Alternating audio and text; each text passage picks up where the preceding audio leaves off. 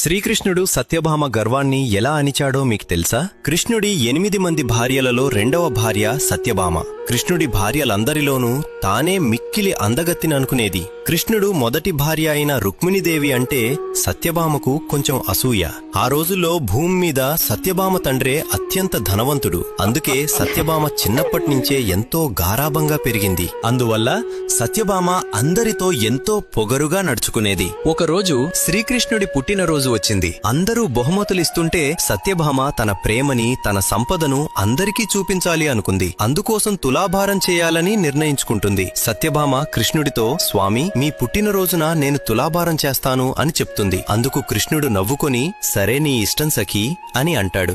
సత్యభామకు కృష్ణుడు ఎంత బరువు ఉంటాడో బాగా తెలుసు. అందుకే అంత బంగారం సిద్ధం చేసుకుని ఉంటుంది. మొదట్లో బంగారం పెట్టగానే కృష్ణుడు కొంచెం కదులుతాడు. అది చూసి సత్యభామ నవ్వుతూ, ఇంకా కొంచెం బంగారం వేయండి చాలు అనంటుంది. ఇక అప్పటి నుండి సేవకులు ఎంత బంగారం పెడుతున్నా కృష్ణుడు ఒక్క అంగుళం కూడా కదల్లేదు. సత్యభామ కంగారు పడుతూ తన తండ్రికి కబురు పంపింది. అతను ఎంత బంగారం తెచ్చి తులాభారంలో వేసినా కృష్ణుడు మాత్రం కదలలేదు. కృష్ణుడు నవ్వుతూ, ఇంకా ఎంతసేపు ఇక్కడే కూర్చోవాలి సత్యభామ అని అంటూ ఉంటాడు. చివరికి సత్యభామ తన ఒంటి మీద ఉన్న నగలన్నీ వేసింది. కాని ప్రయోజనం మాత్రం ఏమాత్రం ఉండదు. సత్యభామ బాధతో రుక్మిణి వైపు చూసింది. రుక్మిణి చిరునవ్వుతో తోటలోకి వెళ్లి తులసి చెట్టు నుంచి 3 తులసి ఆకులు తీసుకొచ్చి వాటిని తులాభారంలో వేసింది. అంతే, క్షణాల్లోనే కృష్ణుడు కూర్చున్న వైపు పైకి లేచింది. అప్పుడు సత్యభామకు అర్థమవుతుంది, కన్నయ్య నాకు బుద్ధి చెప్పడానికే ఇదంతా చేశాడు అని. మీకు శ్రీకృష్ణుడంటే ఇష్టం ఉంటే జై శ్రీకృష్ణ అని కామెంట్ చేయండి.